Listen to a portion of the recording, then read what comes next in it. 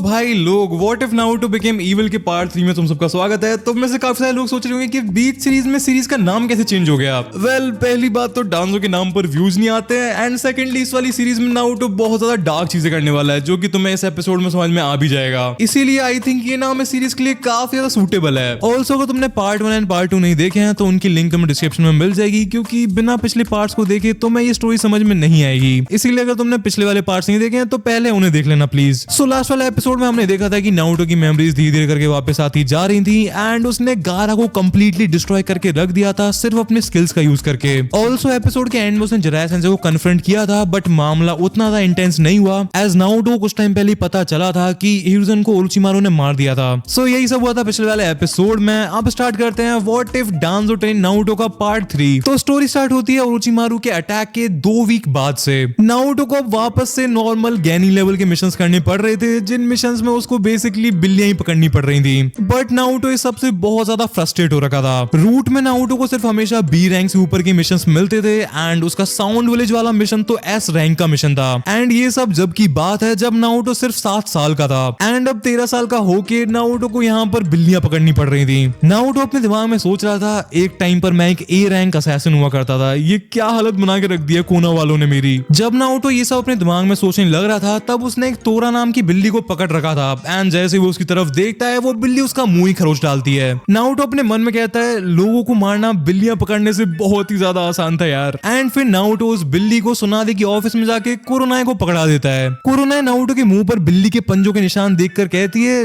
Naruto तुम कहो तो मैं तुमको और ज्यादा लो लेवल के मिशन दिलवा सकती हूँ, साफ सफाई वाले मिशन काफी ज्यादा बढ़िया रहेंगे तुम्हारे लिए। एंड भाई नारुतो जिस गुस्से से कुरोनाए की तरफ देखता है उसकी लिटरली आत्मा बाहर आ जाती है। एनीवे सबसे ज्यादा इंटरेस्टिंग चीज ये थी कि सील ब्रेक होने के बाद नारुतो की बॉडी पर जो भी गेंजूत्सु की सील्स मेडिकल निंजास ने लगाई थी वो भी हट गई थी। एंड इससे हमें पता चलता है कि नारुतो की रूट की ट्रेनिंग कितनी ज्यादा भयानक थी। उसकी पूरी बॉडी पर हर जगह बैटल स्कार्स थे। सील के टूटने के बाद पहली रात को नारुतो पूरी रात मिरर के सामने बैठकर उन्हीं स्कार्स को देखने लग रहा था एंड उसे धीरे धीरे याद आते जा रहा था कि उसका हर एक स्कार उसे कैसे मिला था। गाइस ऑल्सो इस सब की वजह से टीम 7 के डायनामिक्स भी काफी ज्यादा चेंज हो गए थे। ओरिजिनल टाइमलाइन में नारुतो साकुरा से प्यार करता था, बट अब नारुतो के ऊपर उसका रूट वाला वर्जन टेक ओवर करता जा रहा था। वो अपने दिमाग में सोच रहा था कि उसके अकेडमी वाले वर्जन ने साकुरा के लिए क्या कुछ नहीं किया है, बट स्टिल वो अभी भी हर टाइम उसकी बेइज्जती करती रहती है। इवन जब नारुतो का क्लोन साकुरा को हॉस्पिटल में छोड़ के आया था उसने उस क्लोन से सासके को थैंक यू बोलने के लिए कहा था एंड इससे नारुतो का दिमाग हिल गया था। क्लियरली अगर नारुतो वहां पर नहीं होता तो गारा डेफिनेटली सासके एंड साकुरा को मार डालता। एंड अपनी आंखों से नारुतो एंड गारा की फाइट देखने के बाद भी साकुरा ने एक बार भी नारुतो को थैंक यू तक नहीं बोला था। नारुतो इस सब को एनालाइज करने के बाद रूथलेसली साकुरा की तरफ अपनी सारी फीलिंग्स को क्रश कर देता है। वो अपने दिमाग में बोलता है she is just my teammate, मेरे को जस्ट उसे झेलना है मिशंस के टाइम पर, क्योंकि मिशन से ऊपर कुछ भी नहीं होता है। दूसरी तरफ अगर नारुतो एंड सासके के डायनामिक्स की बात करें तो गारा वाली फाइट के बाद से वो पूरे टाइम नारुतो को घूरता रहता है एंड उसे वर्बली प्रोवोक करने की कोशिश करता रहता है, क्योंकि गारा एंड नारुतो वाली फाइट को देखने के बाद सासके को समझ में आ गया था कि नारुतो के साथ कुछ तो हुआ है। हमको पता है कि सासके ज्यादा से ज्यादा पावरफुल बनना चाहता है ताकि वो इताची से अपना बदला ले सके एंड इस वजह से वो पूरे टाइम नारुतो से फाइट करने के लिए तड़पने लग रहा था ताकि वो समझ सके कि इतनी जल्दी नारुतो इतना ज्यादा पावरफुल कैसे हो गया। बट सासके के लिए प्रॉब्लम ये थी कि जैसे ही मिशन कंप्लीट होता था नारुतो लिटरली गायब हो जाता था। नारुतो की स्पीड इतनी ज्यादा थी कि सासके उसको जाते हुए भी नहीं देख पाता था। ऑल्सो ककाशी सेंसे ने भी नोटिस कर लिया था कि नारुतो कंप्लीटली चेंज हो चुका है। पहले नारुतो हमेशा मजाक मस्ती करता रहता था एंड इस वजह से ककाशी सेंसे को भी मिशंस के टाइम पर काफी ज्यादा मजा आता था, बट अब नारुतो बहुत कम जोक्स मारता था एंड अगर मारता भी था तो वो बहुत बेकार होते थे। ऑल्सो ककाशी सेंसे ने नोटिस किया था कि Naruto most of the time कुछ ना कुछ सोचता रहता है। ककाशी सेंसे को पता नहीं क्यों नारुतो में से उनके पापा साकुमो हाटागे की वाइब आने लगी थी। एज ककाशी सेंसे के पापा भी अपने मिशन से ज्यादा प्रायोरिटी किसी भी चीज को नहीं देते थे एंड वो भी एक बहुत ज्यादा कैलकुलेटिव एंड क्रेजी निंजा थे। लेकिन सबसे ज्यादा बड़ी बात ये थी कि नारुतो ने ककाशी को ककाशी सेंसे बुलाना ही बंद कर दिया था। जब ककाशी ने नारुतो से इस बारे में बात की तो नारुतो का रिप्लाई बहुत ही ज्यादा कोल्ड था। नारुतो ने कहा था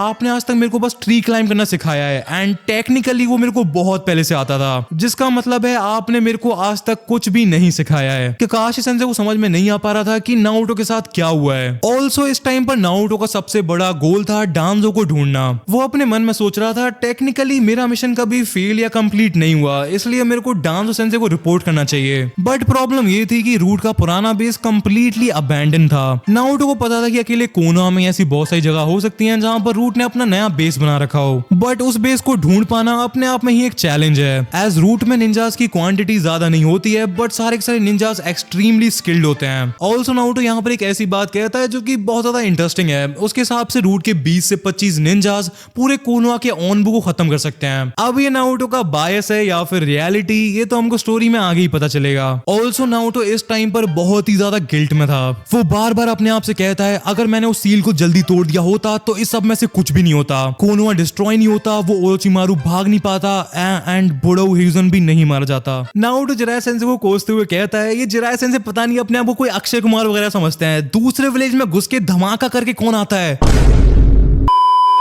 ऑल्सो इस टाइम पर हमको पता चलता है कि नारुतो साउंड विलेज से किस इंफॉर्मेशन के साथ भागा था। उसे पता चल गया था कि ओरोचिमारू कोनोहा के ऊपर अटैक करने का प्लान कर रहा है। उसे पता था कि काबूतो एक स्पाई है एंड ओरोचिमारू का राइट हैंड मैन है। ऑल्सो उसको ओरोचिमारू के इमोर्टैलिटी वाले जुत्सु के बारे में भी पता था। जब नारुतो ने सासके के कर्स मार्क को देखा था तब उसने मेंटली अपने आप को बहुत गालियां दी थी, एज उसे पता था कि कर्स मार्क कितना ज्यादा डेंजरस हो सकता है। नारुतो ये सब होकागे मॉन्यूमेंट के ऊपर हियुजन के फेस के ऊपर बैठ के सोचने लग रहा था एंड उसकी आंखों में थोड़े बहुत आंसू भी थे। ऐसा सब कुछ पता चलने के बाद भी नारुतो हियुजन को बहुत ज्यादा मानता था, बट वो अपने इमोशंस को सप्रेस कर लेता है रूट की ट्रेनिंग की वजह से। नेक्स्ट सीन में हमको अगले दिन का सीन दिखाया जाता है जहां पर नारुतो को होकागे ऑफिस जाते टाइम बीच रास्ते में जिराया सेंसे मिल जाते हैं। नारुतो उनको देखते ही कहता है सो आप जैसे महान लेजेंडरी सानिन को मेरे जैसे छोटे मोटे गेनिन से क्या काम है। जिराया सेंसे बोलते हैं मैं चाहता हूँ तुम मेरे साथ चलो किसी को ढूंढने के लिए। नारुतो जिराया सेंसे की तरफ देखकर कहता है फाइनली आप होकागे बन ही गए जिराया सेंसे। जिराया सेंसे हंसते हुए कहते हैं काउंसिल के उन दोनों बुड्ढों ने अपनी पूरी जी जान लगा दी है मेरे को होकागे बनाने के लिए, बट मेरे को किसी भी कीमत पर होकागे तो नहीं बनना है। नारुतो जिराया सेंसे की साइड से निकल जाता है एंड जाते जाते कहता है होकागे एंड काउंसिल को छोड़कर मैं किसी से भी ऑर्डर्स नहीं लेता हूँ। आपको ये बात तो पता ही होगी Jiraiya sensei, but Jiraiya sensei भी बहुत ज्यादा चालाक है एंड उनको पता है कि नारुतो से अपनी बात कैसे मनवानी है। जिराया सेंसे नारुतो से कहते हैं अगर तुम मेरे साथ चलोगे तो मैं तुमको एक ऐसा jutsu सिखाऊंगा जिसके सामने चिदोरी बच्चों का खेल लगेगा। एंड हाँ शायद से हो सकता है कि मेरे को तुम्हारी सील के बारे में भी कुछ पता हो। I mean it's possible. Naruto काफी ज्यादा इंटरेस्टेड लग रहा था, बट वो कहता है मेरे को पहले अपने पुराने स्किल लेवल पर पहुंचना है, मेरे को किसी नए jutsu की जरूरत नहीं है, मेरे पास ऑलरेडी बहुत सारे jutsus हैं। बट आपको पता हो या ना पता हो मेरे को ये अच्छे से पता है कि आपको मेरी सील्स के बारे में सब कुछ पता है, कुछ नहीं तो शायद मैं आपसे ब्लैकमेल करना तो सीख ही सकता हूँ। जिराया सेंसे हंसते हुए कहते हैं तुम जाके अपनी पैकिंग कर लो, हमको जल्दी निकलना है। नारुतो 4 स्क्रोल्स निकालता है एंड बोलता है मेरे पास ऑलरेडी सब कुछ है, मैं हमेशा लॉन्ग मिशंस के लिए तैयार रहता हूँ। नारुतो ने इस टाइम तक अपनी सारी की सारी रूट वाली हैबिट्स को प्रैक्टिस करना स्टार्ट कर दिया था। स्टिल जिराया सेंसे नारुतो को 2 घंटे एंड कुछ पैसे दे देते हैं अपने लिए नए कपड़े खरीदने के लिए, क्योंकि जिराया सेंसे को खुद को जरूरी काम था। नारुतो सबसे पहले कपड़ों की दुकान पर जाता है एंड अपना लुक कंप्लीटली चेंज कर लेता है। फिर नारुतो एक वेपन्स की दुकान में घुसता है एंड यहाँ पर 10 दुकान के काउंटर पर बैठी हुई थी एंड काफी ज्यादा बोर फील कर रही थी। नारुतो को देखते ही वो कहती है तुम तो वही लड़के हो ना जिसने नेजी को हराया था। नारुतो बिना टेंटेन की तरफ देखे बोलता है was I supposed to let him win और समथिंग। टेंटेन ने पहले कभी नारुतो से बात नहीं की थी, बट जितना उसने सुना एंड देखा था उसके हिसाब से नारुतो एक काफी ज्यादा चिल एंड फ्रेंडली बंदा था एंड टेंटेन ने नारुतो से इतना कोल्ड रिप्लाई तो एक्सपेक्ट नहीं किया था। बट कुछ टाइम बाद नारुतो कामली कहता है नेजी ने मेरे को बहुत ज्यादा अंडर एस्टिमेट किया था एंड आई गेस यही मेन रीजन था जिसकी वजह से वो इतनी ज्यादा बुरी तरह से हारा था। तभी टेंटेन नारुतो की आंख के नीचे की स्कार को नोटिस करती है एंड पूछती है नारुतो तुम्हें ये स्कार कब मिला। नारुतो बात को टालते हुए कहता है बहुत लंबी कहानी है एंड अगर मैं तुमको बताऊंगा अभी तो तुम बिलीव नहीं करोगी। नारुतो टेंटेन की दुकान में कुछ टाइम घूमता है एंड फाइनली उसे वो चीज मिल जाती है जिसे वो काफी ज्यादा डेस्परेटली ढूंढ रहा था, एक काफी ज्यादा सुंदर सी कटाना।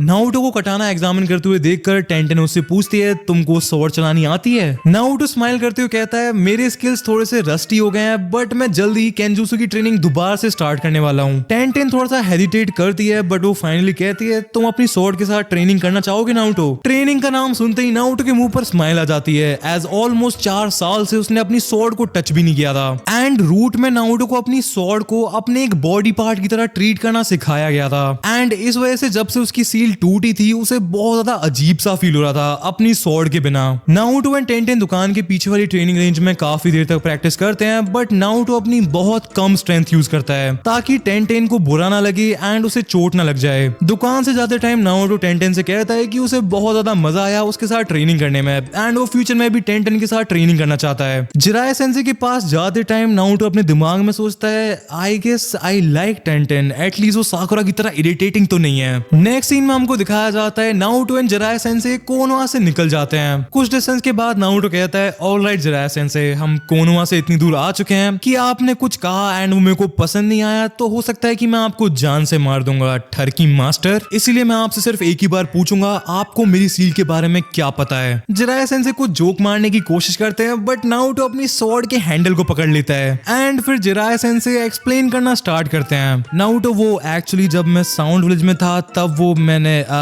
उनके मेन बेस में घुस के पूरे बेस में आग लगा दी थी। नारुतो जिराया सेंसे से चिल्लाकर कहता है आपको ये लेजेंडरी सानिन का टाइटल किसी ने मजाक में दे दिया था क्या? इन्फिल्ट्रेशन का पहला ही रूल ये होता है कि एनिमी को पता ना चले कि तुम वहां पर हो। नारुतो को पता था कि जिराया सेंसे भी उसके साथ साउंड विलेज में थे बट उसको ये नहीं पता था कि वो जानबूझकर साउंड विलेज के बेसिस में आग लगाते हुए घूम रहे थे। जिराया सेंसे अपने डिफेंस में कहते हैं नारुतो मेरे को नहीं पता था कि यार तू भी वहां पर था। नारुतो कहता है that is the entire point, क्योंकि मैं एक अच्छा निंजा हूं इसलिए आपको नहीं पता चला कि मैं वहां पर था भी। फिर जिराया सेंसे कंटिन्यू करते हैं, कहते हैं जब मैं तुम्हें होकागे ऑफिस में ले गया था तब मैंने एंड साउटो भी सेंसे ने फिगर आउट कर लिया था कि तुम डांजो के लिए काम कर रहे हो। नारुतो एडमिट करते हुए कहता है हाँ मैं रूट के लिए काम करता था जिसे डांजो लीड करता था। आई डोंट थिंक सो कि ये कोई सीक्रेट था, मेरे ऊपर किसी ने ध्यान दिया ही नहीं वरना ये चीज बहुत ज्यादा ऑब्वियस थी। ये सुन के जिराया सेंसे बहुत ज्यादा शॉक हो जाते हैं, तो तुम रूट एंड डांजो के बारे में बात कर सकते हो? नारुतो कहता है हाँ क्योंकि डांजो ने आपकी तरह मेरे ऊपर कोई भी सील नहीं लगाई थी,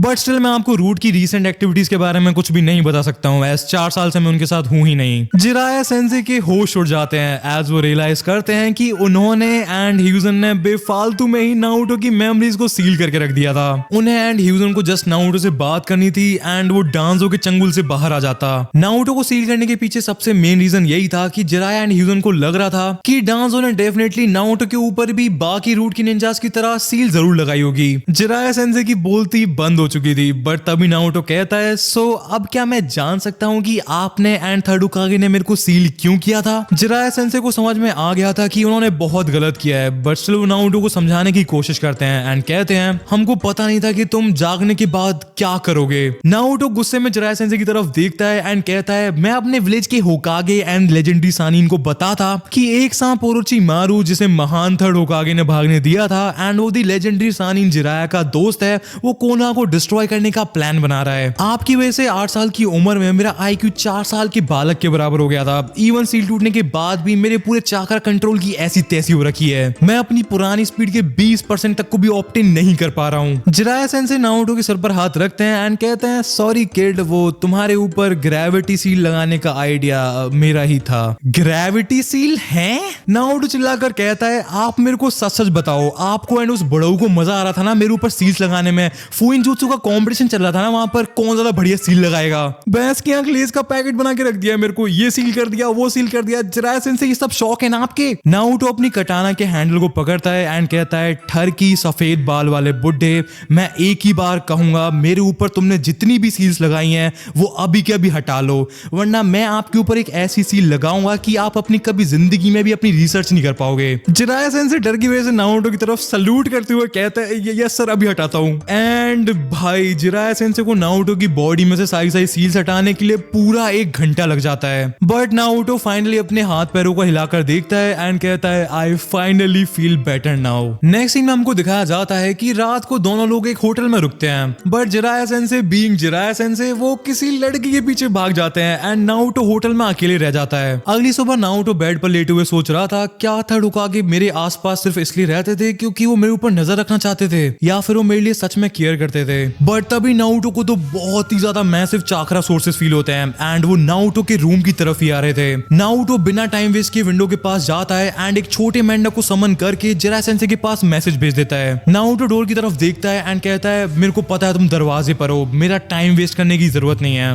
नारुतो के इतना कहते ही किसामे उस डोर को लात मार के तोड़ देता है। इताची उसकी तरफ देखता है एंड कहता है ये करना जरूरी था, अगर इसके पैसे होटल वालों ने मांगे मैं तो पहली फुर्सत में निकल लूंगा, मैं पहली बता दे रहा हूँ तेरे को। नारुतो उन दोनों को देखकर कहता है ऑफ कोर्स मेरे पीछे दी लेजेंडरी इताची उचिहा पड़ा हुआ है, वाओ। ऑल्सो वो अपने साथ अपनी मछली भी लेकर आया है। What a fantastic morning. Naruto की बात को सुन के किसामे हंसने लगता है एंड इताची अपने शारिंगान को एक्टिवेट करके कहता है चलो नारुतो पापा के साथ चलो। नारुतो इमीडिएटली इताची के गेंजुत्सु को तोड़कर कहता है इताची this level of genjutsu does not work on me. Emotional damage.